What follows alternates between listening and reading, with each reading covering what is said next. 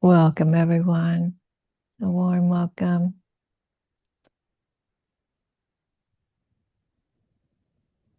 So beautiful to gather here together. As always, as always, lovely to see your faces. Lovely to see you taking care of your lives in this way, practicing the Dhamma. So, this is Sunday Sounds of Dhamma, and I have a few announcements to make. So, first of all, I'm going to be sitting a solo retreat, taking some time to really practice deeply in an unscheduled way. And that means that the vihara will be closed to in-person practice for a while, from February 13th to March 4th. And it also means that we will have the distinct honor of hearing our good friend and fellow Dhamma teacher, Brad Hunter, here give the Dhamma talks for about 3 weeks, 3 Sundays.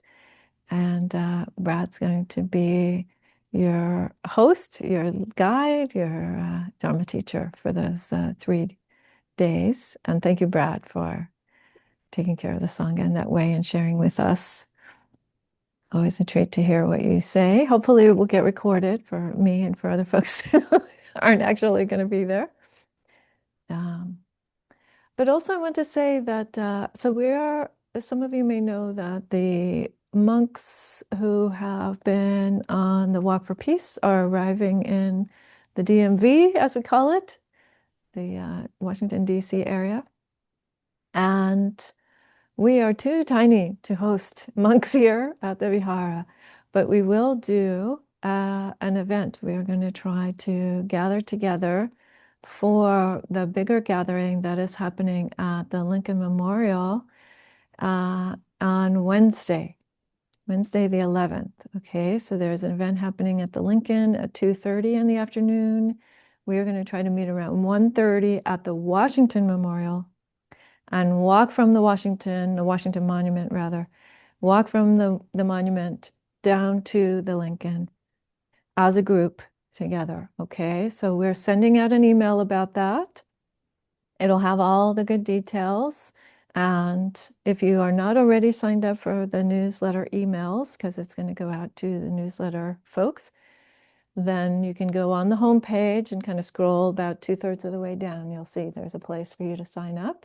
It's very easy. You just put your name and your email, and we promise not to bug you too often. But if you want information about that, that's how to do that. We'll be sending out that email very shortly, and then probably a follow-up on Tuesday, as sometimes the monks' plans change at the last minute there. But we do want to, participate in this, which will be quite a historic occasion to have a Buddhist-led gathering of thousands on the National Mall. This is the first time ever, I'm quite sure.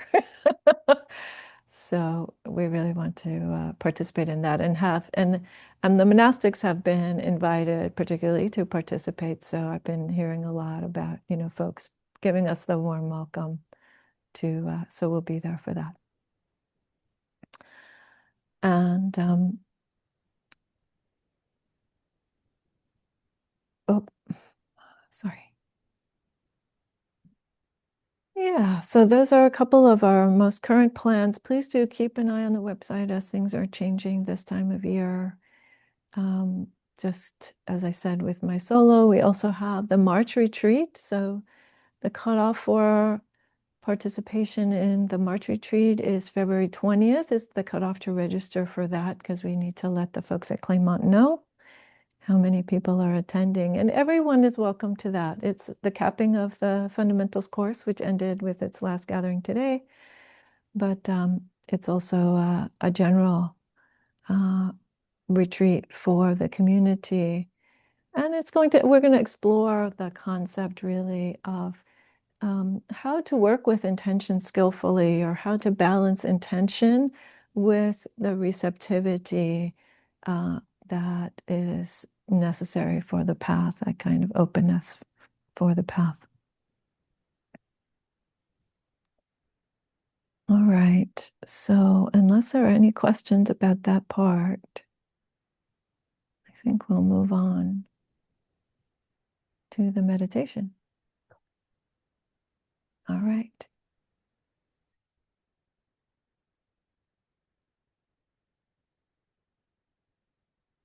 So this morning's meditation is going to be one that's going to be very simple, which again doesn't always mean easy, but simple meditation on the breath. Just tuning in.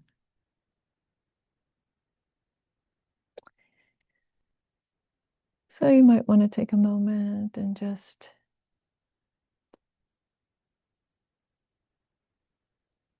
really be intentional about establishing an upright and balanced posture.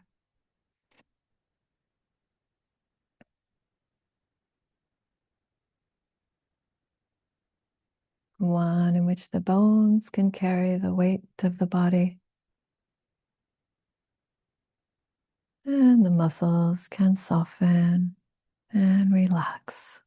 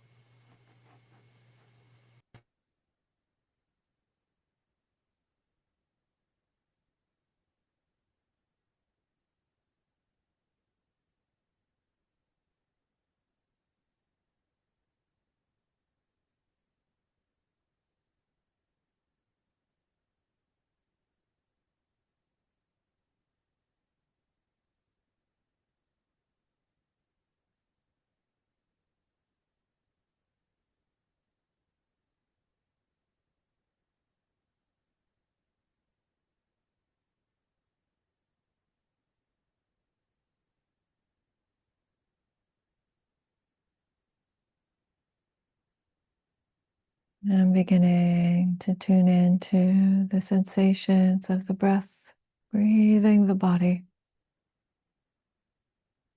wherever you find them.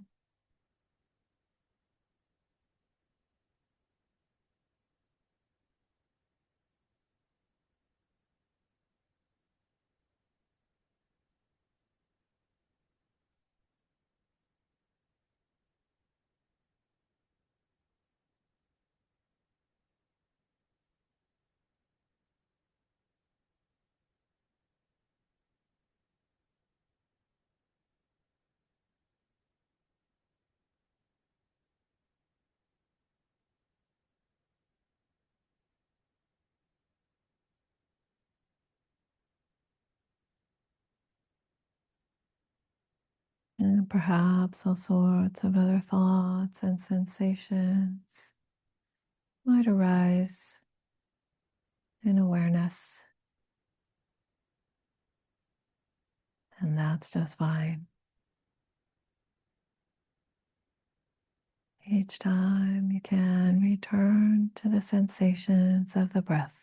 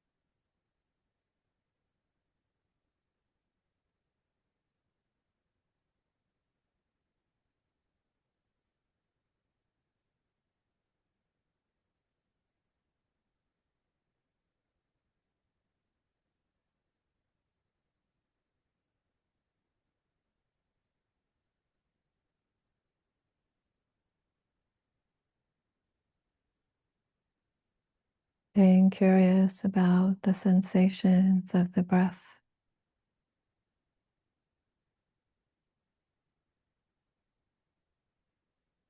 Aware of each inhalation and exhalation.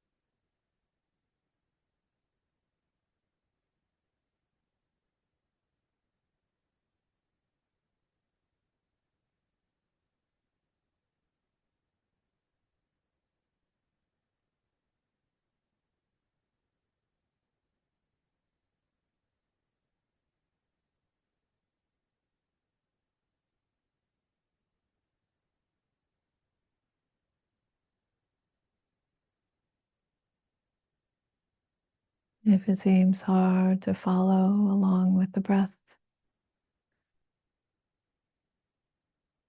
you might, in your mind, add a little sigh, just a little sweetness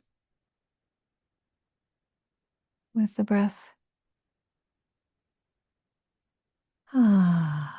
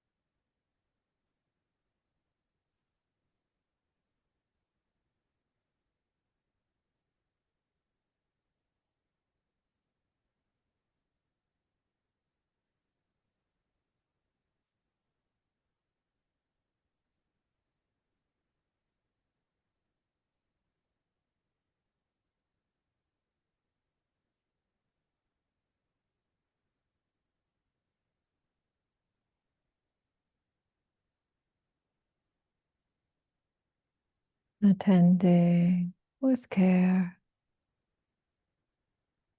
to each moment of the sensations of breathing.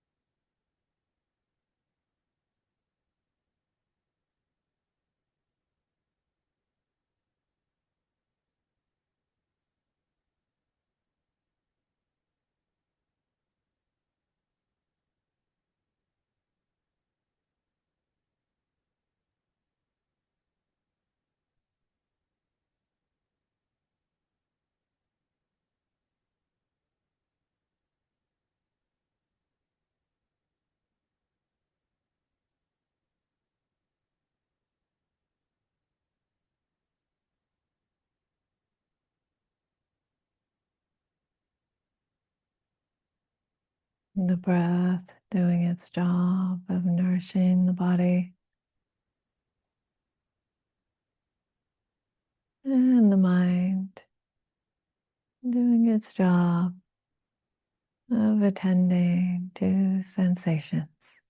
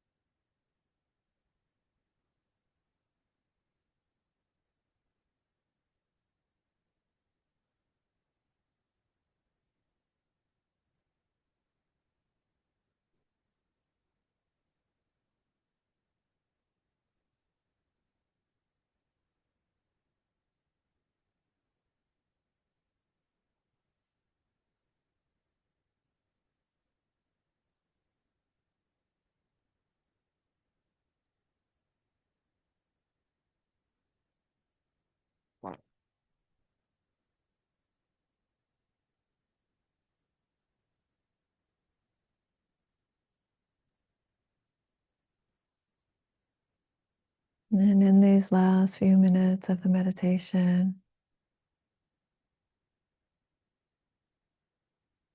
checking in with the mind of this moment. No need to judge the mind, but just checking in.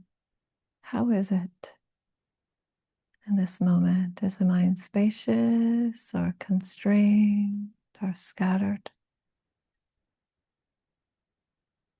How is it?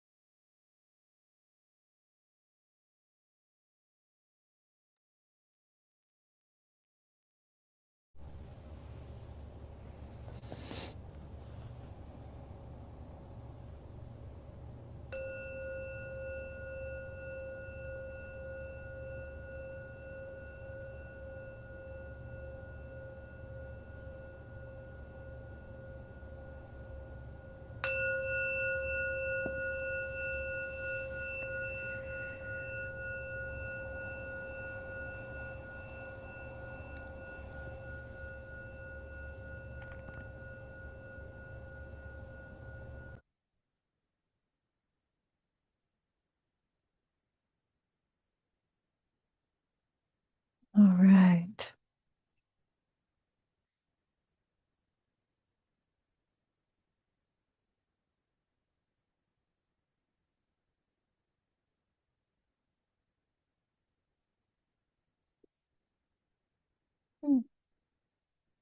So that brings me to the Dhamma talk part of our program. If you have any questions or reflections on the meditation, we'll take those at the end or in the Q&A section.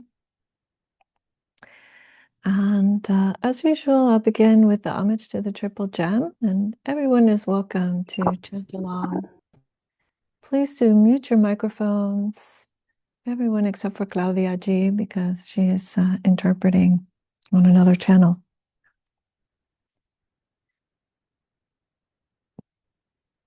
Namo tassa bhagavato arahato samma sambuddhassa. Namo tassa bhagavato arahato samma sambuddhassa. Namo tassa bhagavato arahato samma sambuddhassa. Buddhang dhammang sanghang namasami.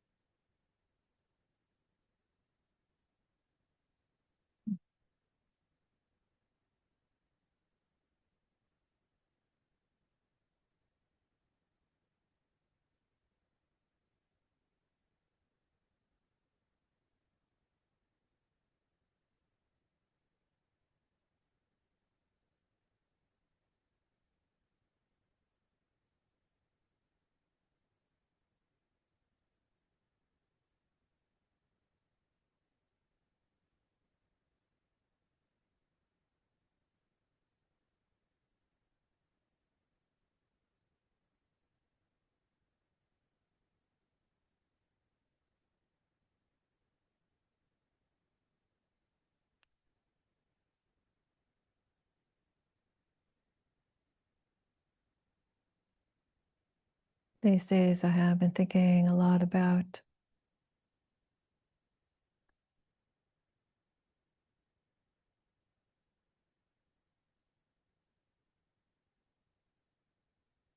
peace as the goal of the practice, or peace as the promise of the practice, or peace as the hope of Buddhism.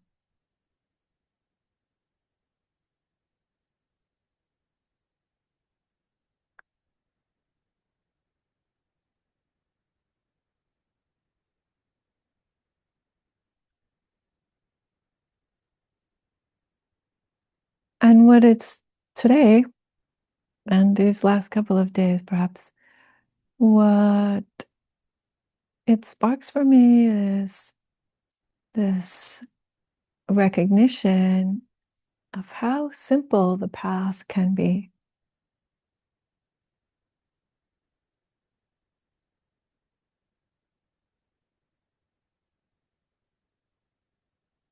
Fundamentally, the Dhamma is very, very simple.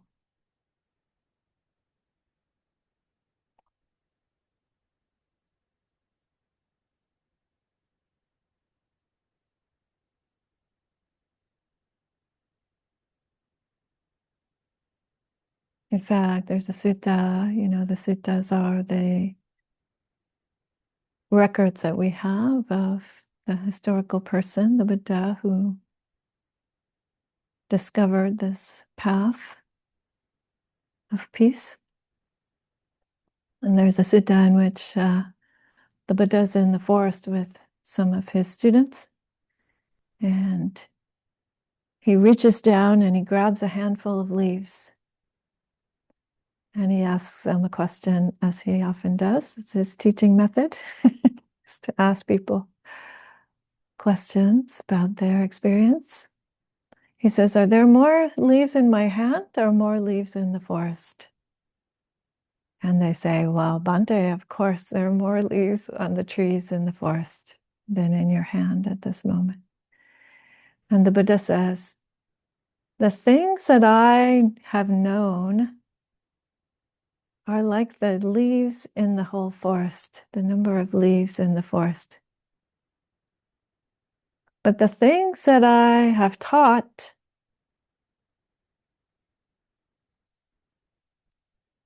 the things that I have expounded," as Bhikkhu Bodhi likes to translate in this sutta, "are like the number of leaves in my hand."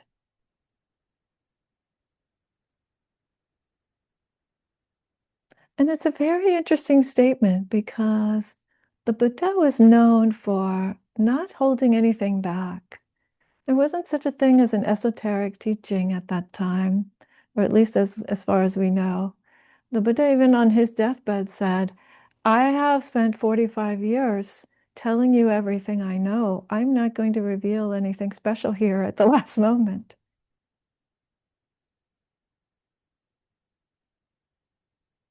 So what is it about this? What is he saying here? What's the point he's trying to make? So he goes on, thank goodness, to explain this, and I'll read it to you just a tiny bit. This is from the Connected Discourses, number 5631, and he says, "Why have I not expounded this? The things that I have directly known, but not expounded to you, are more numerous. But why have I not expounded this?" He says, "Because they're unbeneficial. They do not pertain to the basis for spiritual life. They don't lead to disenchantment, to dispassion, to cessation, to peace, to direct knowledge, to enlightenment, to nibbana."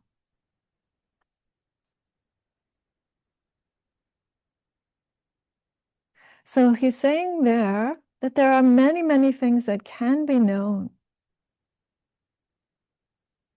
by a human being,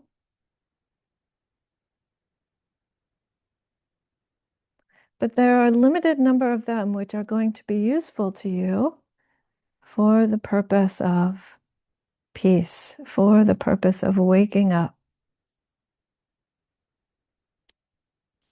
And then he goes on to say exactly that. He says, and what have I expounded?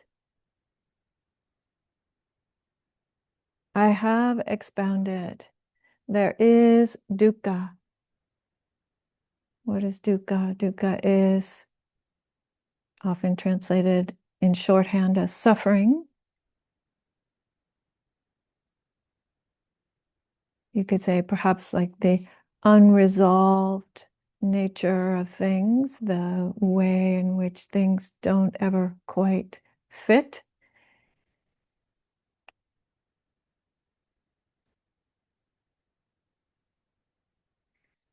Dukkha is said to be like, now mind you, this is the ancient days, right? If you had a stone wheel and you had a hole in the middle of the stone that makes it a wheel, and the hole is in the wrong place, and the wheel goes ka-thunk, ka-thunk, ka-thunk. Just like in the grocery store, you get the wrong cart, the wrong grocery cart, and it goes ka-thunk, ka-thunk. That's dukkha. Huh? The Buddha also goes on. I don't think I'm going to go too much into that today, but the Buddha does give various lists of what more specifically he considers to be dukkha. But in any event, he's going on. What have I expounded? I have expounded. There is dukkha. There is the origin of dukkha. There is the cessation of dukkha. There is the path leading to the cessation of dukkha. These are what are called the Four Noble Truths.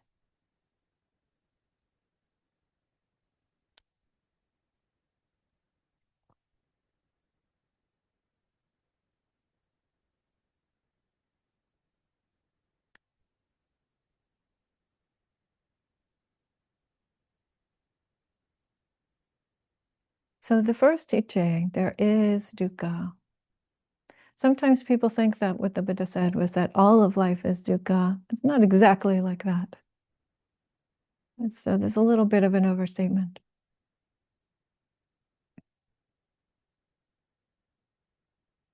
But again, this authenticity, this sincerity, this direct encounter with human experience. Right. It's like this. Sometimes it's painful. Sometimes it's difficult. Sometimes there's angst or friction or stress or pain or grief.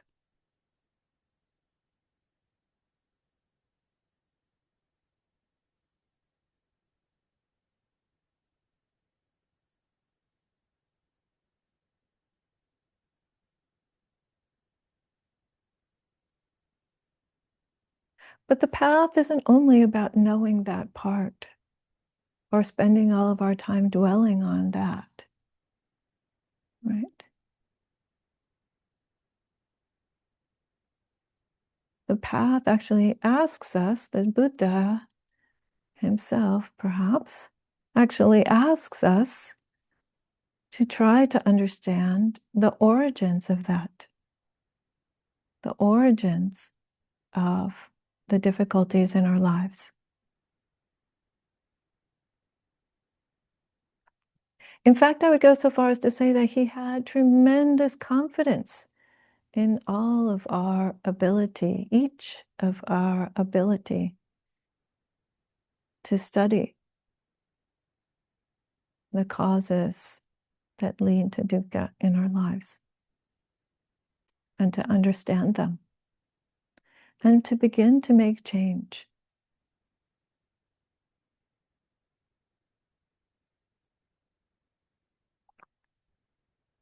So our task is not just to be aware of suffering, but to also understand, why is it like that? How does it come to be like that for me specifically?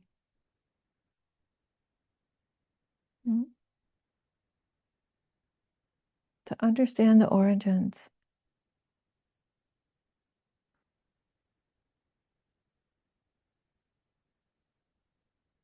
And the Buddha generally says to us that the main origin, the key that unlocks dukkha, or that locks in dukkha, is clinging.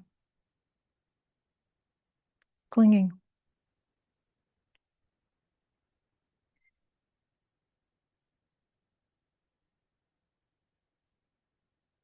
So I'll tell you a little story about clinging. Years ago, as many of you know, I'm a mom. And when my daughter Kayla was about, I think, 6 years old or so, we had the great privilege of moving from our tiny little condo in the very, very far away suburbs to a house in a slightly closer suburb of Miami. And I'm aware that that's a privilege that we had, that is not a privilege that's afforded to everyone, but it was one that we had at that time, about 30 years ago. Myself and my then husband and Kayla. And the house that we were moving to had a pool. It's Florida, so a lot of houses have a pool. It wasn't that fancy, but we had a pool in the backyard, and we were going to move there. And I thought, Kayla needs to know how to swim, because otherwise that's a hazard back there in the backyard. Even if you put a fence around it or something, it's a problem. So Kayla and I dutifully, we went to swim class together. And all I can say is Kayla didn't take to swimming right away. It wasn't easy. It wasn't easy for her. She's actually a very good swimmer now, but in the beginning it was kind of hard. And she almost barely didn't like pass swim class. So we went home after the last class, and I thought, well, at least what I need to do is teach her how to float. I'm going to teach her how to float so that if she falls in, at least I know that she'll be okay. She can float, she can make her way to the side of the pool and get out. Great. So on the weekend, I went out there with her together, and I'm holding Kayla up with my two hands on the surface of the water there, right?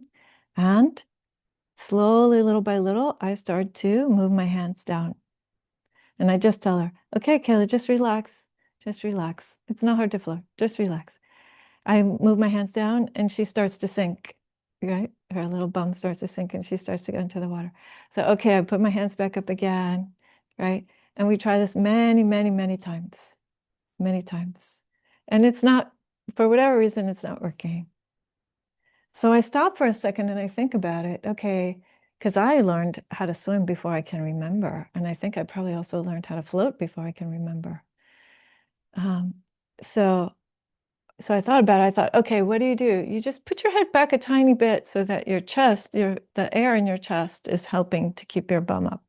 Maybe that's what it is. So I said, okay, Kayla, let's try it again. I'm going to hold you up. You're going to put your head back a little bit, and then you're going to float. But we tried that a couple of times, and still it was kind of hard for her, right? She's like, I'm not sure that I'm ready to do that. But then we just kept at it, and I kept trying to encourage her. Then the time came, and then somehow I lowered my hands, I lowered my hands, I lowered my hands, and there she was, just floating on the surface of the water all by herself. She didn't even realize I had let go. She's just there floating. And it was a sweet little moment. But what had happened was, before the floating moment, she had been doing this. She would reach out and she would like try to grab the water. If she felt herself going in the water, she would reach out and try to grab hold of the water, right? Because she's feeling kind of panicky. So what is she doing? She's clinging, she's grasping, right? But that's not the nature of water. It doesn't work like that, right?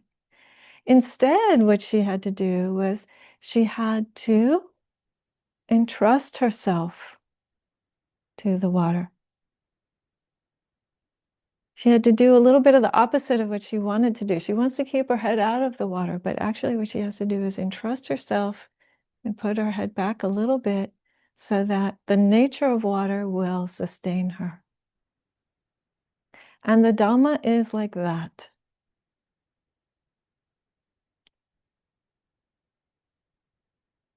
Sometimes it's very simple, but we have to go against the grain a little bit, and we have to entrust ourselves to the path to feel that it will sustain us, to give it the chance to show us that it will sustain us.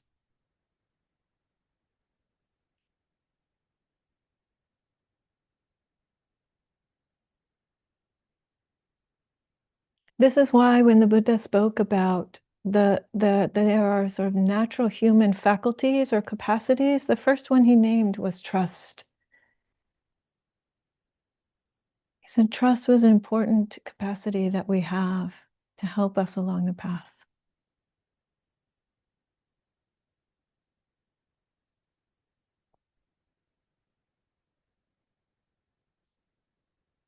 So trust will help us little by little to relinquish the clinging, to stop putting in place those conditions that are supporting the dukkha in our lives.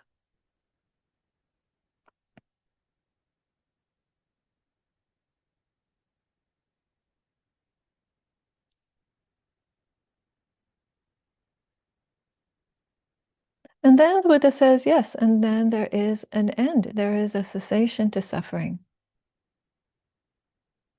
And I don't know how many years, many, many years, I had been a practitioner before I realized that that statement doesn't just mean total, complete awakening, a cessation of suffering. It means moment by moment, there can be a cessation of suffering right now, right here.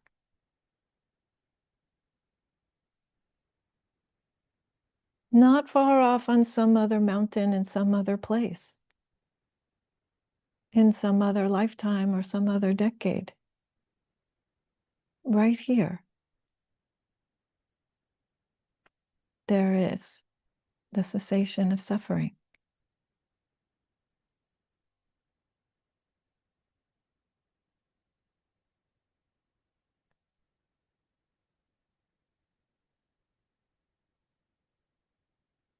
And so interestingly, what the Four Noble Truths are actually telling us is that we should be attentive to both sides of that equation, right?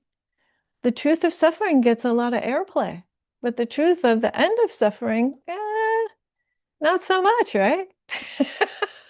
Sometimes I think, oh, what happened to attending to that side of the coin?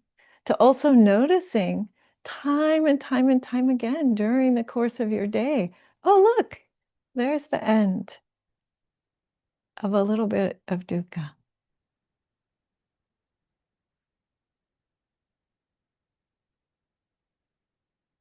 That annoying sound, or that pain in your tooth, or some bad old memory that you were able to let go of for just a moment. That too is a noble truth. That you are experiencing the end of suffering every day, and you can participate in that. You have a role in that.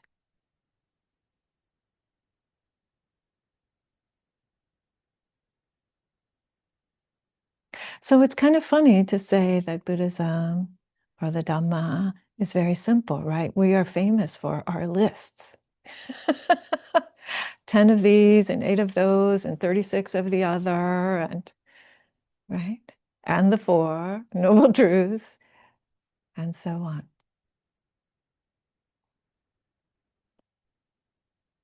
I guess the Buddha was saying that he thought that that was pretty much the simple version.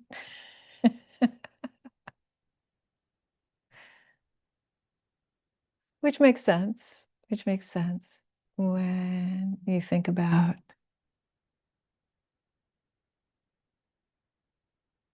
what can be known, and the breadth of knowing the truths, what's true about all things, how vast and complex that might be. But right here, this very, very human experience,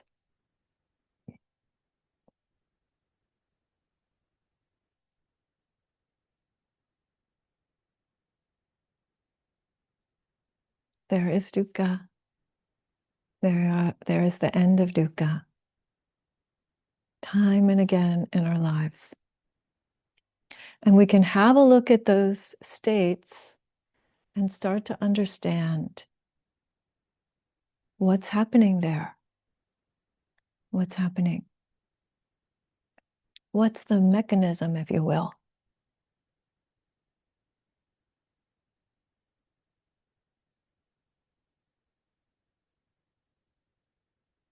But in order to do that, again, we're going to have some trust. We're going to have to stop this idea that I will only practice a Dhamma that works for me.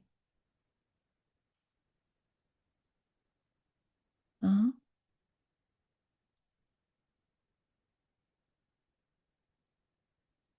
And instead practice a Dhamma that leads to the end of dukkha. And sometimes that's going to be uncomfortable. Sometimes you're going to feel like, oh no, there's a little bit more dukkha involved in figuring out what's going on here, right?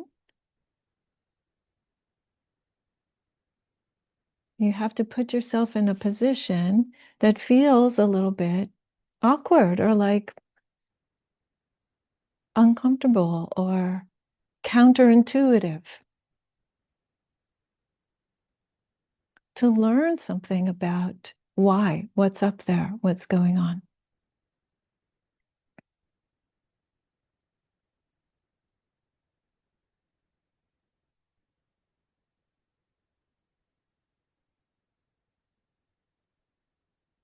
So time and time again, what you see is this exhortation to practice, in essence, any teaching really that leads away from greed, away from hatred, away from delusion.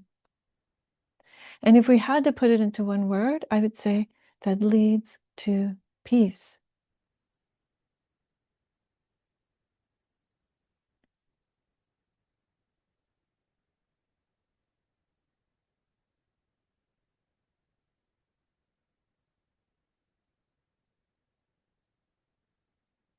But interestingly, the fourth truth is the whole path, right?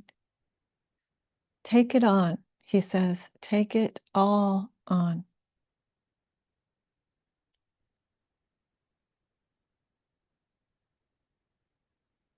And sometimes I understand that that takes time. People come into the Dhamma through many doors. Maybe you came into the Dhamma through the door of meditation, or maybe you came into the Dhamma through the door of ethics, or maybe you came into the Dhamma through the door of wisdom, usually meaning like texts or an encounter with some person.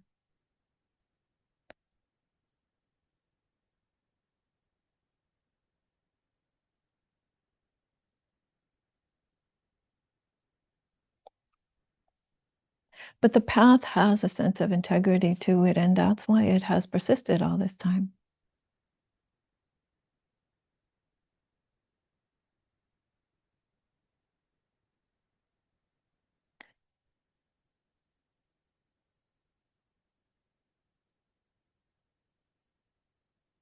And therefore, the Buddha concludes by saying, what I have taught you, this is what leads to peace, to enlightenment, and to nibbana.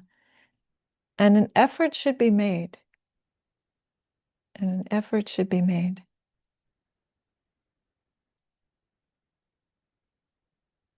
That's sometimes the uncomfortable part. Right?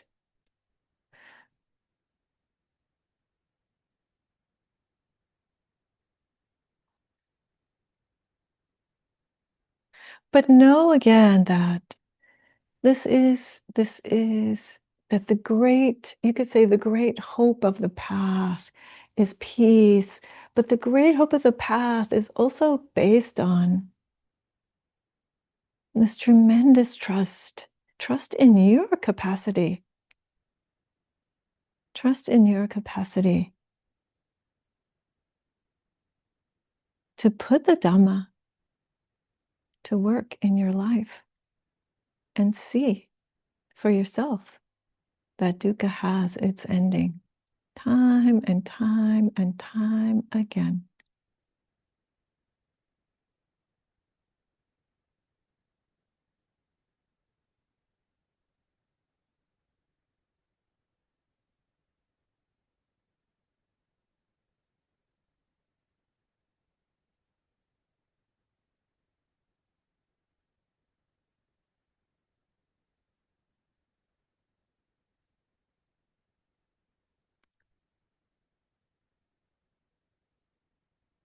All right, friends, that is my Dhamma talk for today.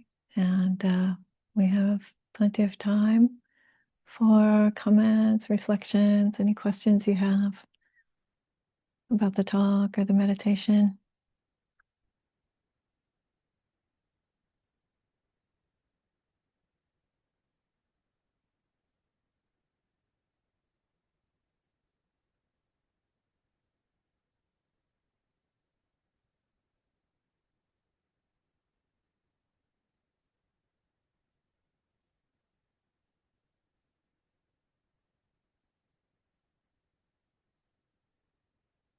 Okay. Somebody want to reflect on a time when you were able to see the end of dukkha?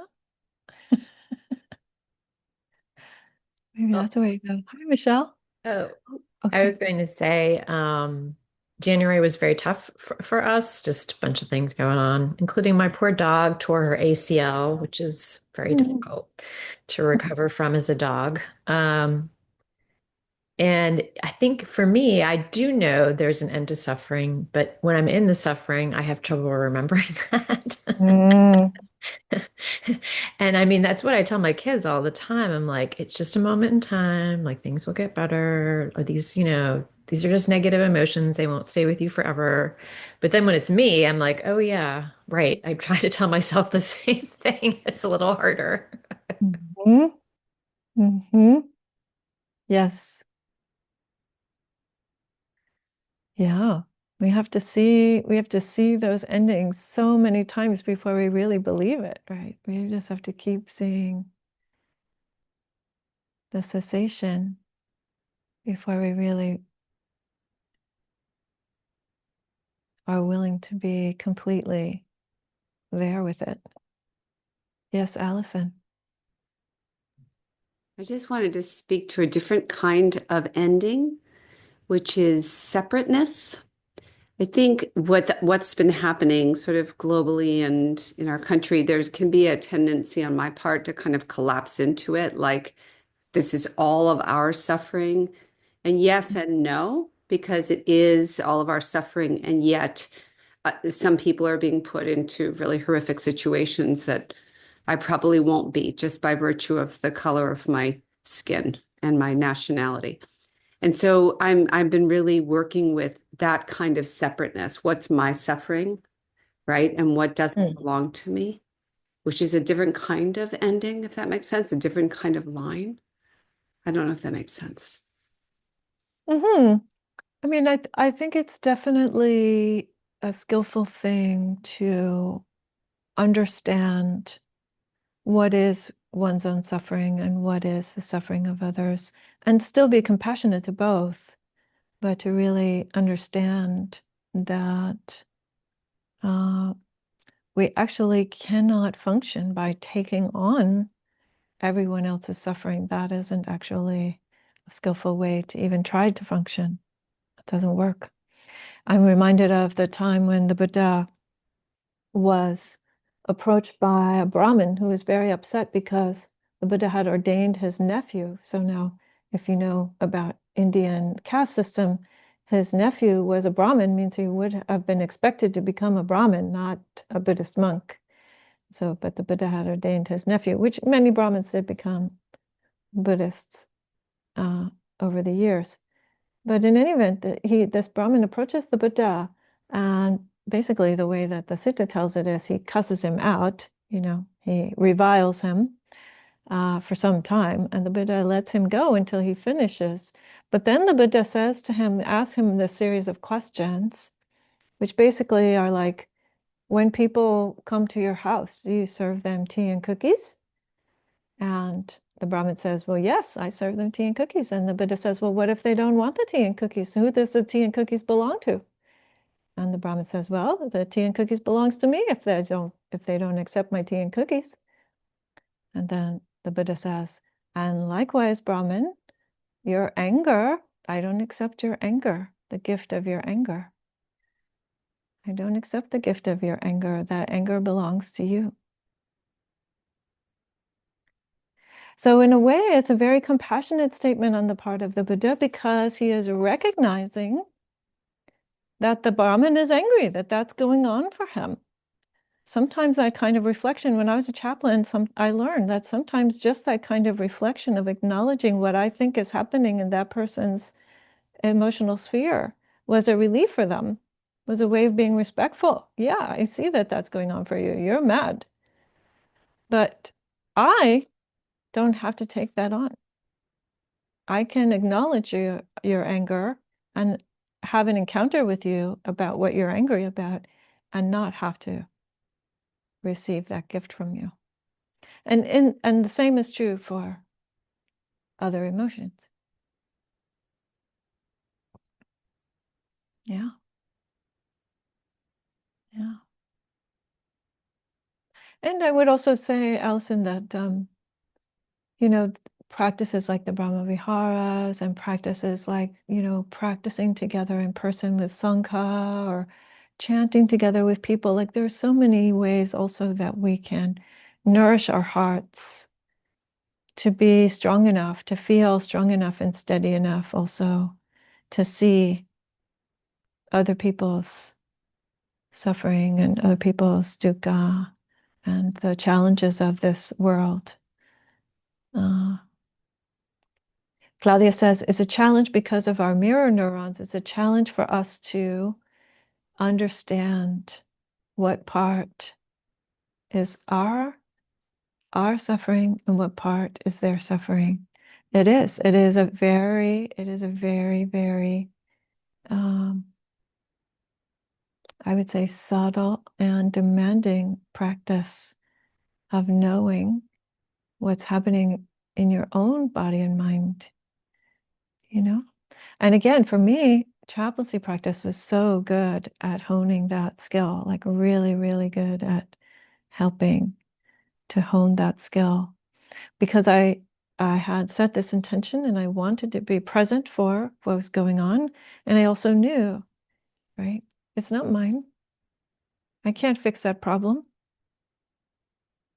In a way, hospice chaplaincy, being totally helpless about fixing that person who's dying's problem, that was a very good helping situation for me to be in, to learn about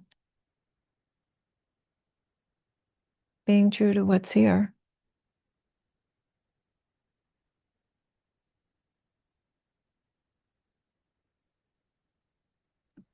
I would also recommend maybe, or maybe you're not supposed to recommend, but I would put out into the universe, going to see the monks if you can, if you have the ability to do that. Because I went yesterday and it was so moving for me. Like it's a very small thing. It's like this tiny thing. Like I drove out somewhere and got out of my car and watched them walk by, but it just it was just made a huge impression on me. Like the only other time I felt like that is when I met Jane Goodall.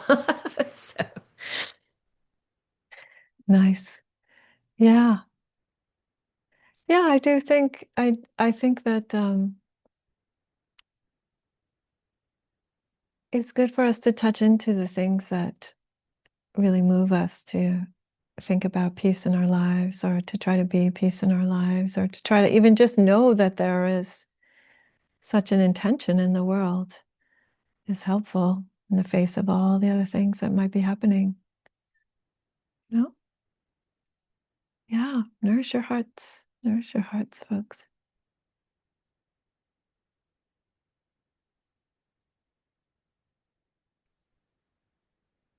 Yes, Joseph.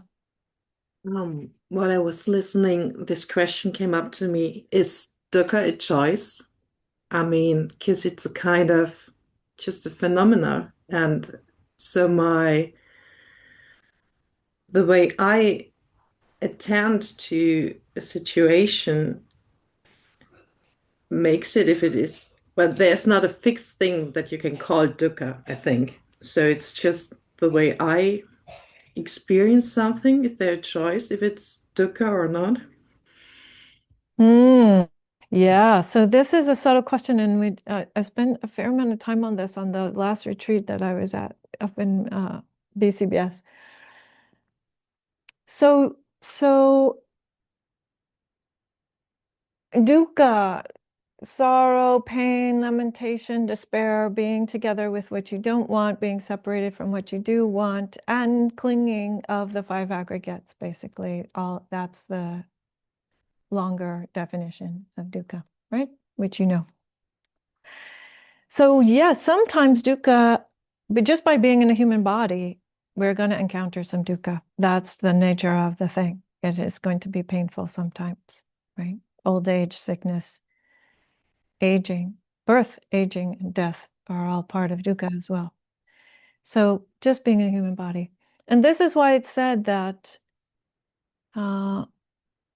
final release from all dukkha is only possible by becoming an arhat or a Buddha and ceasing the round of rebirth, right? But I will say this much, which is that the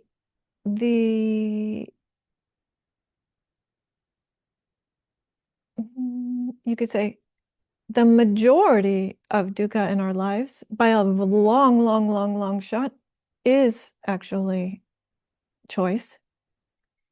And it's choice in the sense of our reaction to or response to the phenomena that's going on, right? So in addition to just pain in the body, then we have rejection and aversion of the pain and not wanting it to be so, and right, and the suttas that talk about that, right? And the admonition is, can we become someone who can feel the pain in the body without that agitating the mind, right? So that's something to work on. That's really, right, something to work on, something to think about. But I would say that just to sum this up and maybe two things need to happen in order for us to really attend to dukkha. And one is the intentional part. One is the part of us making the proper choices in our lives as best we can, making the choices in our lives that lead away from dukkha. And that's things like making ethical choices. That's things like taking care of the body to a certain degree, and so on. That's part of it. But we will not end dukkha solely by our intentionality. And I think this is also part of what you're pointing to there, Joseph. That the true release from suffering comes from insight. It comes from this radical reorientation of the mind that occurs when we have an experiential knowing of the nature of this being. Because then you can't have any resistance or any friction or any conflict with it at all. It is just so obvious that there's no, and that's why I said dukkha is also kind of like friction, right? Or sometimes I talk about it as like rope burn, right? Like rope burn. If the rope is moving all the time, then the tighter you hang on, the more it hurts. And when you finally learn that the rope is never going to stop moving, then you'd be willing to let go, right? So, yeah, both things are true. Hmm? Yeah. Because that radical reorientation then says, like, okay, it hurts, and that's it, right? It's like, it just moment, moment, moment without any clinging. Yes. Thank you, Joseph. Lisa.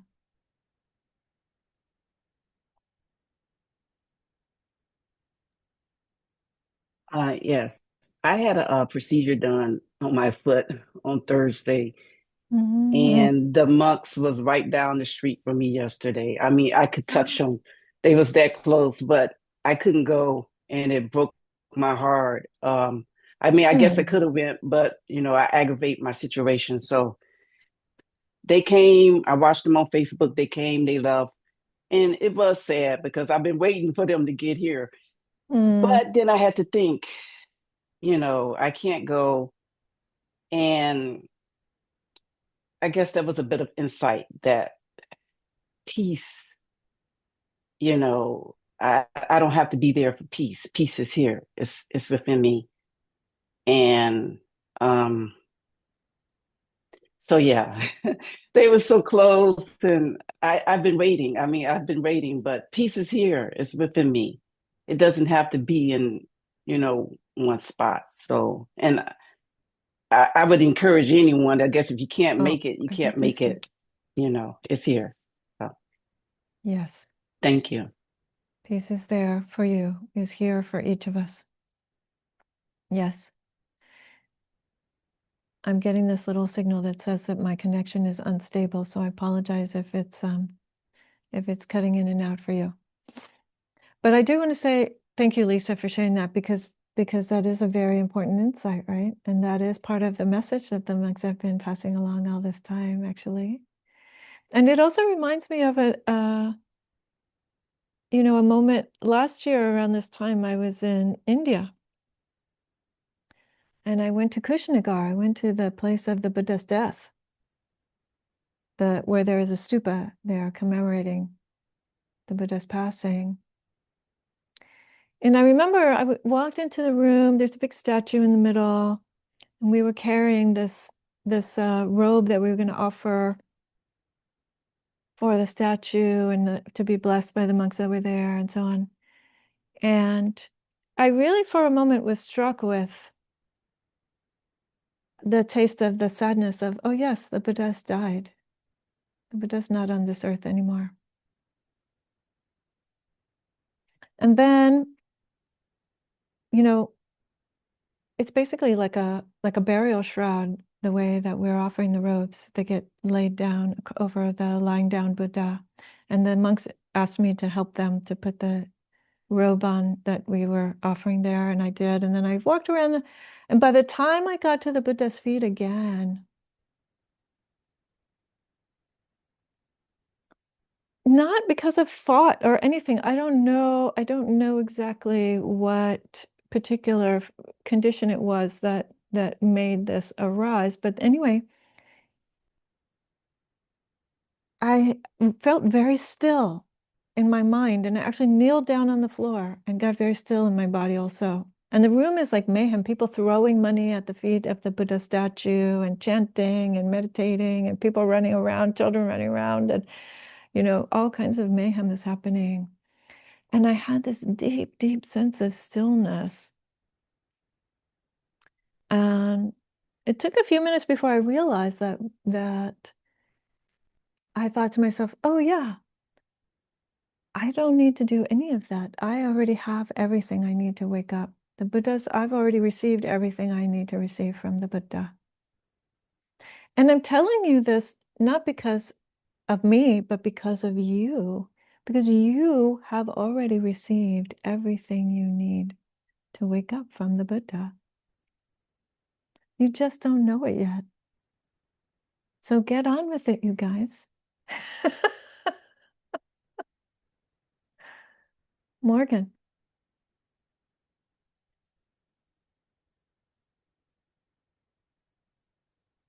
You're still muted. Sorry, you're still muted.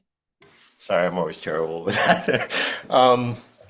Thank you for this gathering. I'm a guest from a fair distance away, but I've come a few times, and I found you because somebody very dear to me is very near to you.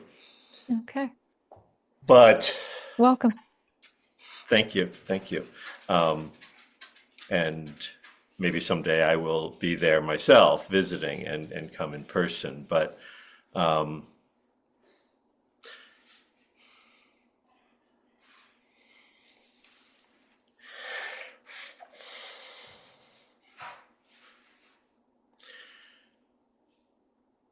that question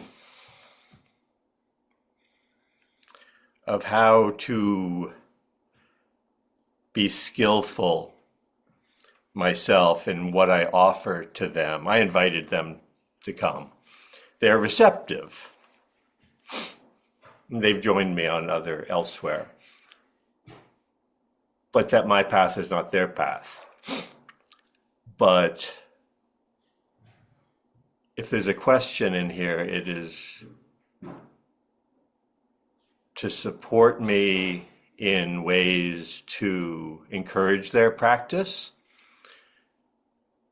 whether through one tradition or another, or none at all, and accept that that may not happen. But my nephew texted us all and said, the monks walked by in Richmond, and I had no idea the monks, I didn't know about this. So I looked into it, and so now I'm aware of it, and I know they're coming. So I will encourage them, especially this one person, and they may be already planning on going to the mall or to the cathedral. But now I know about your gathering at 1:30 at the Washington Monument, and I will invite them to. They may just want to go on themselves on their own. They may just not want to be caught up in any expectations, but I will put it out there as an opportunity, and I'll leave it at that. Mm-hmm.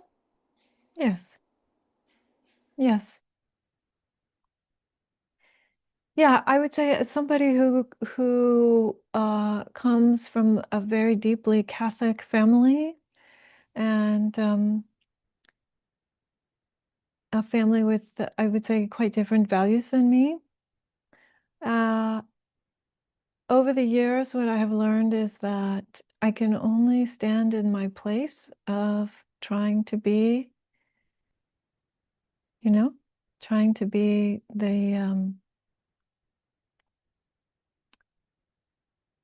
the kindness and the clarity that the Dhamma offers, as best as I know how. That's all I can do. That's all I can do. And I trust that our deep states of interconnection are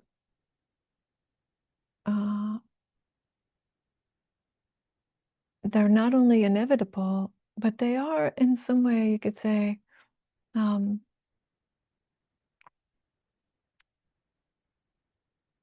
they sort of transcend all of that. They take care of all of that.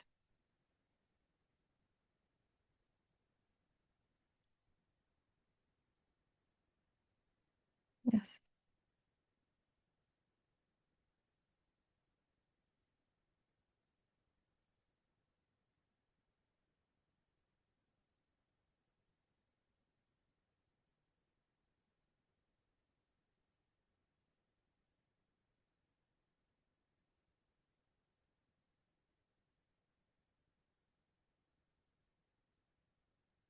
All right, friends, it seems like we've come to the natural close here. And just to say one more time, so yes, for folks who are local or who could be local, by Wednesday at 1:30, we will be meeting there at the Washington Monument. And I'll have a big beige or gold, somebody said gold umbrella. It's beige, golf umbrella. And we may have a sign, thanks to Mark, who's I think working on that. And there'll be some more information in the email, but we'll try to also maybe get it up to the webpage. And if you can't come, that's okay. You know, just as when I went to the Buddhanath shrine and we strung up the prayer flags with people's names and all of the Dassanaya Buddhist Community folks named, you will be there in our hearts, and we'll be sharing it with you. Yes, Jen, did you want to say something? It's related to that in that I think as the monks are walking, right, they've had that message of it's not just them walking for all of us, but that kind of invitation for all of us to be practicing in our own lives. Yes. Like Lisa was saying, like peace is here, and Thai, Thich Nhat Hanh used to say, there's no way to peace, peace is the way. And then when Dhammadipa, Aya, Roshi, many names, right, was talking of holding her daughter and this invitation of her daughter learning to trust water, right, and the nature of water and the nature of herself, and that learning to trust. I also, like what arose was that there's a process to developing that trust. And part of that was that she was there and present for her daughter, and present for the fear, present for the discomfort, present for all the things that were there, right? So that she could learn to trust in her body and to know. And that's so important, right? For all of us to be able to meet whatever may be here is also that presence of others.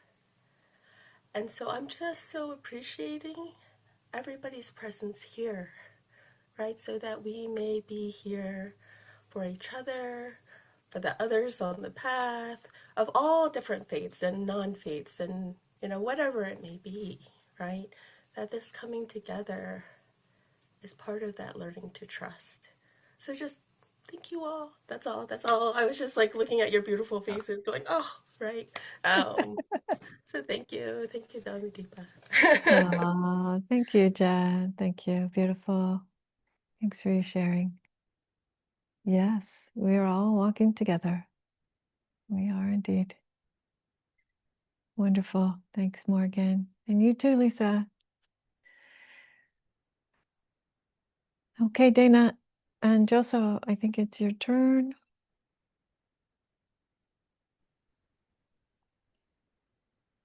The practice of giving and receiving has always been a part of Buddhism and continues today. Giving to Dassanaya Buddhist Community supports Dhammadipa, our guiding teacher, the physical location at the vihara, and allows us to continue to offer Buddhist teachings in support of the awakenings of all beings. On the website, under the support tab, there's several ways to give, and we thank you for that, and thanks for being here today. Okay, thank you. Thanks, Joseph, putting the information in the chat. And yes, grateful for presence and practice and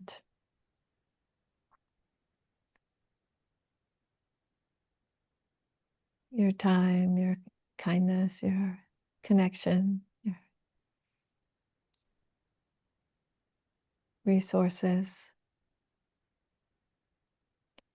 And may our practices of all kinds on the path, may all of that be of great benefit to ourselves, to the world, to all beings,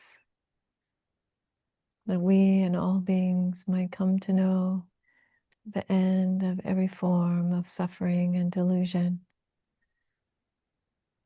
that we and all beings might know the truths of our lives,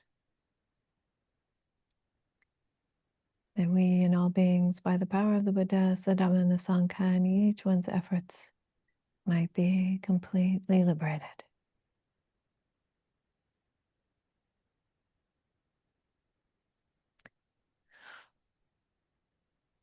Okay, everyone. Enjoy breaths. Talk next time. See you soon. Gracias, Claudia. Thank you, Claudia. Okay.